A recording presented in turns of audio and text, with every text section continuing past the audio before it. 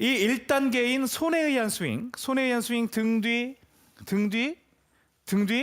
등 뒤만 해도 70대를 칠 수 있다고 그랬어요. 싱글 디짓 핸디캐퍼라고 그러죠. 싱글 골퍼가 될 수가 있어요. 왜냐하면 그냥 숙여 있는 상태에서 여러분들이 어떤 큰 기술을 쓰지 않고 여기에서 등 뒤 이런 형태의 스윙을 여러분들이 만들면 플레이하는 데는 지장이 없다고 제가 분명히 말씀을 드렸습니다. 그런데 2단계에는 제가 머리를 쓰는 법을 가르쳐드리고 3단계에는 골반을 미는 법을 가르쳐드리고 4단계에는 무릎을 쓰는 방법을 가르쳐드린다고 했어요. 그럼 분명히 기술적으로는 업그레이드 되는 거거든요. 그러면 이 차이는 무엇이냐? 바로 거리의 차이입니다. 거리의 차이예요. 오늘 가르쳐드리는 머리 부분을 더 쓰게 되면 거리가 조금 더 나가게 되고 또 이 부분이 완성이 돼서 좀 업그레이드된 부분으로 옆구리를 미는 동작을 취하면 거리가 조금 더 나가게 되고 큰 힘 들이지 않고 그리고 무릎까지 쓰게 되면 거리를 편하게 힘을 주고 치는 이런 형태만큼의 거리를 만들 수가 있기 때문에 4단계라는 걸 여러분들께 소개를 하는 겁니다. 그런데 제가 볼 때는 구력이 많이 되시지 않은 분들, 특히 타수 때로 굳이 나눈다면 95타에서 그 이상을 치시는 분, 한 100타 때까지 치는 분들은요 1단계에서 2단계까지면 충분합니다. 그리고 80대 정도 치시는 분, 80대 중반에서 90대 중반까지 치시는 분들은 뭐 80대 초반도 마찬가지고요. 옆구리를 밀어주는 게 좋고 지금 현재 그리고 70대에서 80대 초반까지 치시는 분들은 무릎까지 써주시게 되면 정말 재미있는 골프를 치실 수가 있습니다. 진짜 재밌습니다. 물론 내가 어떠한 기술을 사용할 수 있다. 그럴 때에는 분명히 뒤따르는 그에 따른 위험도 있어요. 리스크도 따르지만 정말 재미있고 공이 정말 잘 맞아 나가는 그런 느낌도 받으실 수가 있습니다. 자, 그럼 제가 오늘 2단계를 가르쳐 드립니다. 2단계는요. 제가 여러분들께 설명을 많이 드렸었어요. 우리는요. 오늘 시청하고 계신 분 중에 아마 10대 골퍼는 굉장히 적을 거라고 생각을 해요.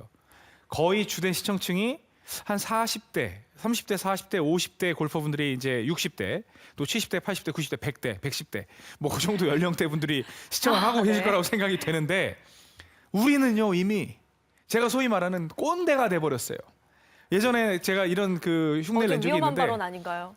위험한 발언 아닌가요? 아 그렇죠. 네. 네. 이제 왜 그런 얘기를 했는지 말씀드릴게요. 네. 장세별 아나운서 저를 불러보세요.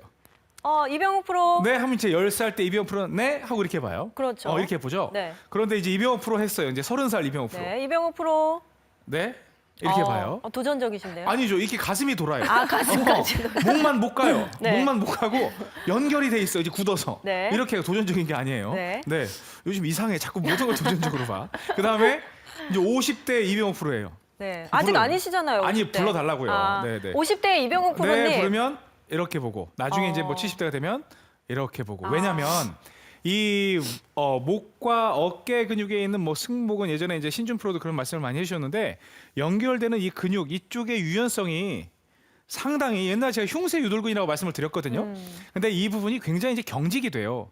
그런데 그 가장 이제 신소라 프로 같이 어려서부터 이제 운동을 하신 분들은 굉장히 이게 분리돼서 유연하게 돌아갑니다. 아직도 어려 보여요 오늘 특히나 여고생 같아요 오늘. 신소라 프로 누나 아니야 오빠 왜 그러세요? 농담이에요. 그런데 여기서 서열정하시지 말고요. 네. 안 되겠네. 다음에 내가 보여줘야 되겠네. 자, 네. 좋습니다. 그런데 이게 분리가 안 돼요. 머리하고 어깨가 분리가 안 되기 때문에 제가 여러분들께 드리고 싶은 2단계에서의 핵심은 이 가슴통의 회전이에요. 이 가슴통의 회전입니다. 그래서 실제로는 머리는 이 아래쪽을 보고 있고 손을 할 줄 아니까 등 뒤 이렇게 몸을 돌려서 회전을 시켜서 스윙하는 모습이에요. 제가 초 슬로우 모션으로 보여드리면 쭉 갔죠. 간 상태에서 이 가슴통을 이렇게 가슴통을 이렇게 돌려주는 형태. 그래서 몸의 회전을 좀 만들어주는 거를 만들어드리고 싶은데 이렇게 하면 머리가 훅훅 돌아간다는 거예요, 같이. 그래서 그러면 그리고 가슴을 제가 돌리게 하니까 어떤 부작용이 생긴 줄 아세요? 이건 돌린다고 생각하는데 이 머리에 대한 책임을 못 지시더라고요. 이건 돌리는데 막 이렇게 들어요. 본인은 이렇게 돌리고 있다고 생각을 하는데 이렇게 해서 스윙에 있어서 최악의 실수를 하게 됩니다. 바로 등 각도가 무너지는 파스처가 깨지는 그런 실수를 하더라는 겁니다.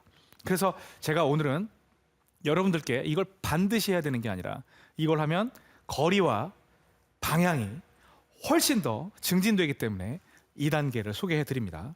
자, 동시에 일단 등 뒤에서 이 손 모임이 이쪽으로 갔어요. 지금 이쪽으로 갔죠? 그럼 이쪽으로 갔으면 다운스윙을 할 때 그러니까 머리를 동시에 타겟 쪽으로 돌려준다고 생각을 하는 거예요. 그러면 내가 머리의 움직임은 우리는 이게 연결이 되어 있다고 그랬죠? 그래서 머리를 돌리면요. 아이들은 머리만 탁 돌릴 수가 있어요. 근데 여러분들은 오 하고 이렇게 그냥 끌려가요.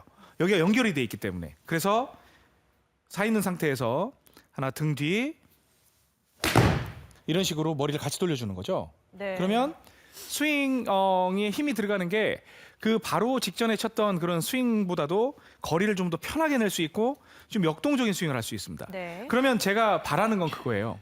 머리를 지속적으로 계속 돌리세요. 머리를 좀 돌리셔야 돼요. 그게 아니에요.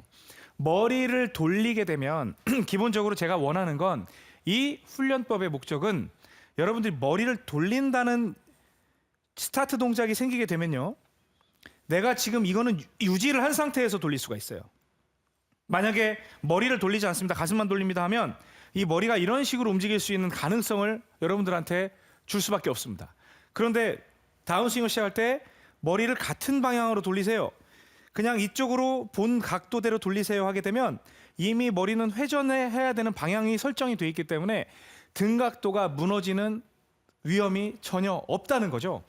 여기에서 먼저 숙인 상태에서 이대로 보죠. 선수들이 보면 스윙하는 형태를 보면 제가 이쪽 정면 카메라를 보겠습니다. 정면 카메라를 보면 여러분들의 피니쉬와 선수들의 피니쉬 차이는 뭐냐면 여러분들은 이렇게 해서 서는 경우가 많고요. 선수들은 이렇게 서 있는 경우가 많아요. 네, 맞아요. 왜냐하면 그게 똑바로 보는 거거든요. 이렇게 해서 지금 장세변 아나운서가 저를 불러요. 뭐 이병호 프로 부르면 네. 우리는 사람이 더 익숙하기 때문에 이병호 프로 부르면 네 이렇게 봐요. 네. 그러니까 일반 분들은. 근데 프로들은 치기 전에 딱 부르면 네 이렇게 본다는 거예요.